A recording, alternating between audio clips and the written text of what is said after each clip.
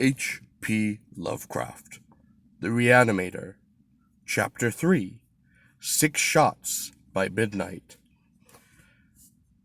It is uncommon to fire all 6 shots of a revolver with great suddenness, when one would probably be sufficient.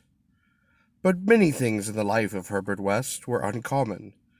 It is, for instance, not often that a young physician, leaving college, is obliged to conceal the principles which guide his selection of a home and office. Yet that was the case with Herbert West.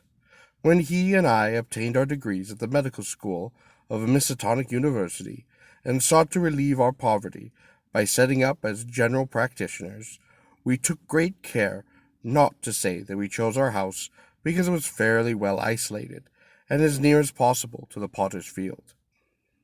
Ritiance such as this is seldom without a cause, nor indeed was ours, for our requirements were those resulting from a life work distinctly unpopular. Outwardly we were doctors only, but beneath the surface were aims far greater and more terrible. For the essence of Herbert West's existence was a quest amid black and forbidden realms of the unknown, in which he hoped to uncover the secret of life, and restore to perpetual animation the graveyard's cold clay. Such a quest demands strange materials, among them fresh human bodies. And in order to keep supplied with these indispensable things, one must live quite quietly, and not far from a place of informal interment. West and I had met in college, and I had been the only one to sympathize with his hideous experiments. Gradually I had come to be his inseparable assistant, and now that we were out of college, we had to keep together. It was not easy to find a good opening for 2 doctors in company, but finally the influence of the university secured us a practitioner in Bolton, a factory town near Arkham, the seat of the college. The Bolton worsted mills were the largest in the Miskatonic Valley, and their polyglot employees were never popular as patients with local physicians.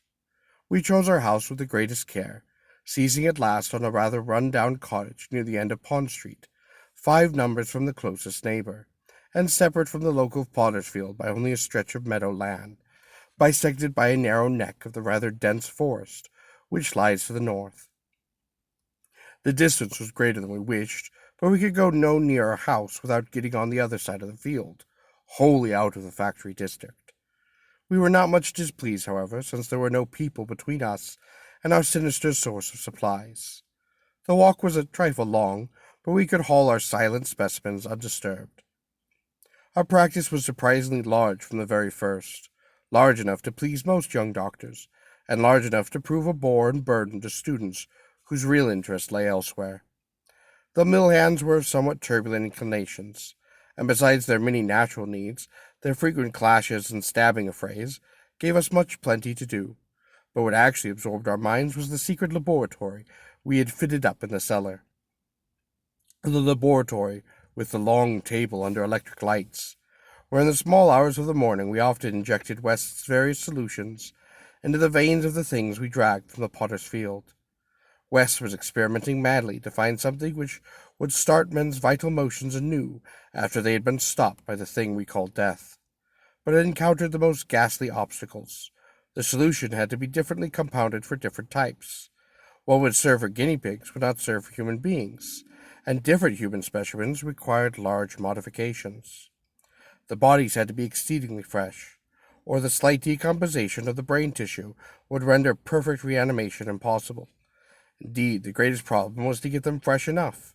West had had horrible experiences during his secret college researches with corpses of doubtful vintage. The results of partial and imperfect animation were much more hideous than were total failures, and were both held fearsome recollections of such things. Ever since our first demonic session in the deserted farmhouse on Meadow Hill in Arkham, we had felt a brooding menace, and West, though calm, blond, blue-eyed scientific automaton in most respects, often confessed to a shuddering sensation of stealthy pursuit. He half felt that he was followed, a psychological delusion of shaken nerves, enhanced by the undeniable disturbing fact that at least one of our reanimated specimens was still alive, a frightful carnivorous thing in a padded cell at Sefton. Then there was another, our first, whose exact fate we had never learned. We had fair luck with specimens in Bolton, Much better than in Arkham. We had not been settled a week before we got an accident victim in the very night of burial, and made it open its eyes with an amazingly rational expression before the solution failed. It had lost an arm. If it had been a perfect body, we might have even succeeded. Between then and next January, we secured 3 more. 1 total failure, 1 case of marked muscular motion, and 1 rather shivery thing. It rose of itself and uttered a sound. Then came a period when luck was poor. Internments fell off, and those that did occur were of specimens either too diseased or too maimed for use. We kept track of all the deaths and their circumstances with systemic care. One March night, however, we unexpectedly obtained a specimen which did not come from Potter's Field. In Bolton, the prevailing spirit of Puritanism had outlawed the sport of boxing, with the usual result. Surreptitious and ill-conducted bouts among the mill workers were common, and occasionally professional talent of low grade was imported. This late night there had been such a match, evidently with such disastrous results. Since 2 Chimers Poles had come to us with incoherent whispered entries to attend to a very secret and desperate case. We followed them to an abandoned barn, where the remnants of a crowd of frightened foreigners were watching a silent black form on the floor. The match had between Kid O'Brien, a lubberly and now quaking youth with a most un-Iberian hooked nose, and Buck Robinson, the Harlem Smoke. The Negro had been knocked out, and a moment's examination showed us that he would permanently remain so. He was a loathsome gorilla-like thing, with abnormally long arms which I could not help calling forelegs, and a face that conjured up thoughts of unspeakable Congo secrets and tom-tom poundings under an eerie moon. The body must have looked even worse in life, but the world holds many ugly things. Fear was upon the whole pitiful crowd, for they did not know that the law would exact of them if the affair were not hushed up, and they were grateful when West, in spite of my involuntary shovels, offered to get rid of the thing quietly, for a purpose I knew too well. There was a bright moonlight over the snowless landscape, and we dressed the thing and carried it home between us through the deserted streets and meadows, as we had carried a similar thing one horrible night in Arkham. We approached the house from the field in the rear, took the specimen in the back door, and down the cellar stairs, and prepared it for the usual experiment. Our fear of the police was absurdly great, though we had timed our trip to avoid the solitary patrolman of our section. The result was wearily anticlimactic.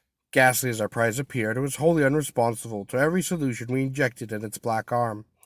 Solutions prepared from experience with white specimens only. So as the hour grew dangerously near to dawn, we did as we'd done with the others. Dragged the thing across the meadows to the neck of the woods near the Potter's Field, and bury it there in the best sort of grave the frozen ground would furnish. The grave was not very deep, but fully as good as that of a previous specimen, the thing which had risen of itself and uttered a sound. In the light of our dark lanterns, we carefully covered it with leaves and dead vines, fairly certain that the police would never find it in a forest so dim and dense. The next day I was increasingly apprehensive about the police, for a patient brought rumors of a suspected fight and a death. West had still another source of worry, for he had been called in the afternoon to a case which ended very threateningly. An Italian woman had become hysterical over her missing child, a lad of 5 who had strayed off early in the morning and failed to appear for dinner, and had developed symptoms highly alarming in a view of an always weak heart.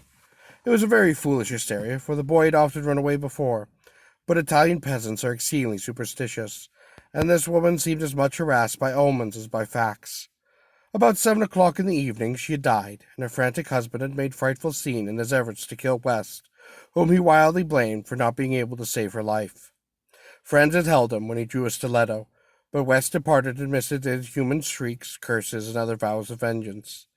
In his latest affliction the fellow seemed to have forgotten his child, who was still missing, as the night had advanced. There was some talk of searching the woods, but most of the family's friends were busy with the dead woman and the screaming man. Altogether, the nervous strain upon West must have been tremendous. Thoughts of the police and of the mad Italian both weighed heavily. We retired about 11, but I did not sleep very well. Bolton had a surprisingly good police force for so small a town, and I could not help fearing the mess which would ensue if the affair of the night before had ever been tracked down. It might mean the end of all our local work, and perhaps even prison for both West and me. I did not like those rumors of a fight which were floating about. After the clock had struck 3, the moon shone in my eyes, but I turned over without rising to pull down the shade. Then came the steadily rattling at the back door. I lay still and somewhat dazed, but before long heard Wes rap on my door. He was clad in dressing gown and slippers, and had in his hands a revolver, an electric flashlight, and from the revolver I knew that he was thinking more of the crazed Italian than of the police.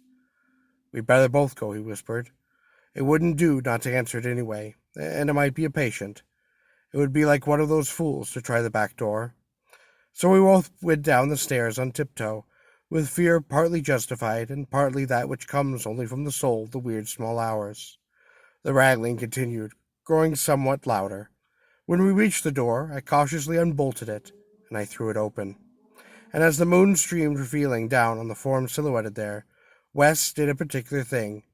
Despite the obvious danger of attracting notice and bringing down our heads the dreaded police investigation, a thing after all was mercifully averted by the relative isolation of our college. My friend suddenly, excitedly, and unnecessarily emptied all 6 chambers of his revolver into the nocturnal visitor. For the visitor was neither Italian nor a policeman. Looming hideously against the spectral moon was a gigantic, misshapen thing, not to be imagined save in nightmares. Glassy-eyed, ink-black apparition, nearly on all fours, covered with bits of mold, leaves, and vines, foul with caked blood, and having between its glistening teeth a snow-white, terrible, cylindrical object terminating in a small, tiny hand.